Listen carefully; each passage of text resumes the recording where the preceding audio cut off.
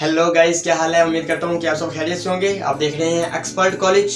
आज का lecture number 5 है ग्राफ थ्योरी का।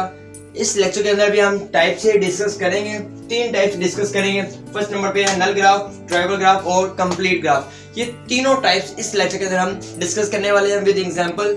बहुत आसान वर्डिंग में हम डिस्कस करेंगे। तो अगर आपने अभी तक इस चैनल को सब्सक्राइब नहीं किया तो जल्दी से सब्सक्राइब कर लीजिए, क्योंकि सब्सक्राइबर्स बहुत जरूरी है। तो हम डिस्कस करते हैं। सबसे पहले हम देखते हैं कि नल ग्राफ कौन सा ग्राफ होता है। अ ग्राफ हैविंग जीरो और नो एजेस, इसका नल ग्राफ ऐसा ग्राफ जिसके अंदर क्या हो, जीरो और नो एजेस, यानी एजेस बिल्कुल ना हो। ऐसा ग्राफ जिसके अंदर हम सिर्फ वर्टेक्स यूज करेंगे, वो कौन सा ग्राफ होना चाहिए, वो होगा नल ग्राफ। फॉर एग्जांपल, अगर हम V1 एक वर्टेक्स लेते हैं, V2, V3, V4, ये हमने क्या लिए, 4 वर्टेक्स लिए हैं। तो इस नल ग्राफ के अंदर हम नंबर ऑफ एजेस तो यूज कर ही नहीं सकते हैं।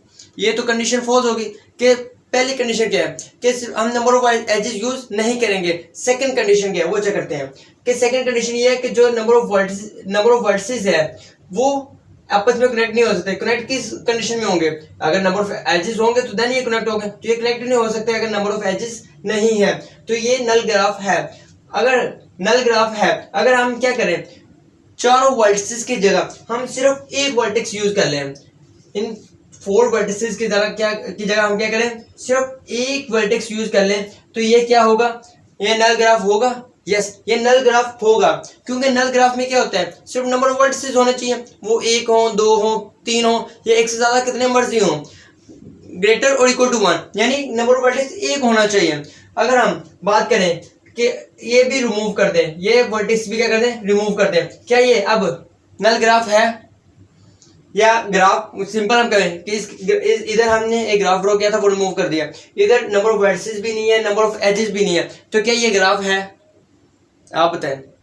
ये ग्राफ नहीं है, क्योंकि ग्राफ के अंदर नंबर ऑफ एजेस ना हो या ना हो, इससे हमें लेना देना नहीं है सिर्फ। लेकिन नंबर ऑफ वर्टिसेस तो होने चाहिए एक ग्राफ के अंदर। नंबर ऑफ एजेस ना हो, हम मान लेते हैं कि भाई नहीं है, कोई बात नहीं, लेकिन नंबर ऑफ वर्टिसेस तो होने चाहिए ना।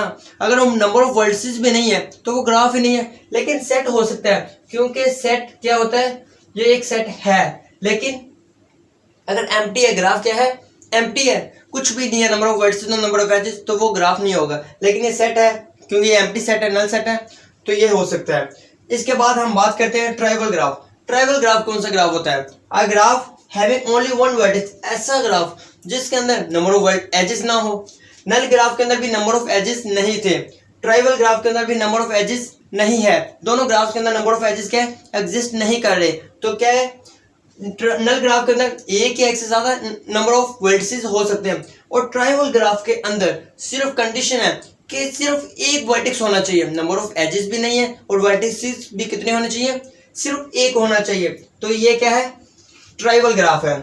अब हम एक इंपॉर्टेंट पॉइंट डिस्कस करते हैं, वो क्या है कि जो नल ग्राफ है वो ट्राइबल ग्राफ हो सकता है। आप बताएं। यस, हो भी सकता है और नहीं भी हो सकता।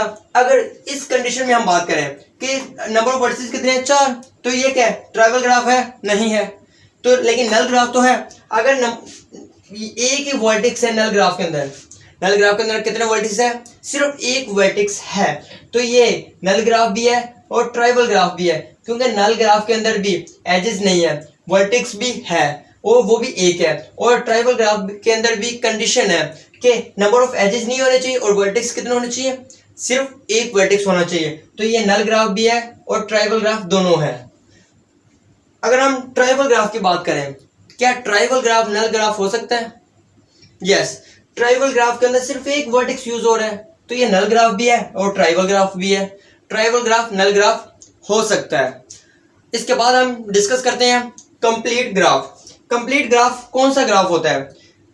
एक डेफिनेशन इसकी देखते हैं सबसे पहले। A graph having all the vertices connected to each other directly. एक ग्राफ के अंदर जितने भी वर्टिसेस दिए गए हैं, एक ग्राफ चाहे जितना मर्जी बड़ा हो, उसके अंदर 20 वर्टिसेस है, 25 वर्टिसेस है या 5 वर्टिसेस है, कितना मर्जी बड़ा ग्राफ हो, हमें उससे लेना देना नहीं है। लेकिन उस ग्राफ के अंदर जितने भी नंबर ऑफ वर्टिसेस है वो क्या होने चाहिए, कनेक्टेड होने चाहिए, डायरेक्टली कनेक्टेड होने चाहिए। क्या होना चाहिए, डायरेक्टली कनेक्टेड होना चाहिए। इस पॉइंट पे फोकस कीजिएगा कि मैं क्या कहना चाह रहा हूँ कि जैसे V1 V2 के साथ भी कनेक्ट होना चाहिए, V1 V4 के साथ भी कनेक्ट होना चाहिए, V1 V3 के साथ भी कनेक्ट होना चाहिए।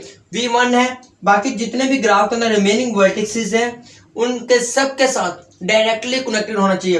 अगर V2 की बात करें, इस ग्राफ के अंदर V2 है, V2 के अलावा बाकी जितने भी वर्टिसेस हैं उनके साथ V2 क्या होना चाहिए, डायरेक्टली कनेक्टेड होना चाहिए। अगर V3 की हम बात करते हैं कि जो V3 है ये क्या है, एक वर्टेक्स है, तो इस ग्राफ के अंदर बाकी जितने भी रिमेनिंग वर्टिसेस हैं V3 के अलावा वो सब के साथ क्या होना चाहिए, डायरेक्टली कनेक्टेड होना चाहिए। अगर तमाम वर्टिसेस एक ग्राफ के अंदर डायरेक्टली कनेक्टेड है तो वो देन क्या होगा, कंप्लीट ग्राफ। अगर हम इधर से एक एज रिमूव कर देते हैं, एक एज क्या करते हैं, रिमूव करते हैं। अब चेक करते हैं ये डायरेक्टली कनेक्टेड है या नहीं है। V1 क्या V2 के साथ कनेक्ट है, यस। V1 V3 के साथ भी कनेक्ट है, V1 V4 के साथ कनेक्ट नहीं है, तो ये कंप्लीट ग्राफ नहीं है।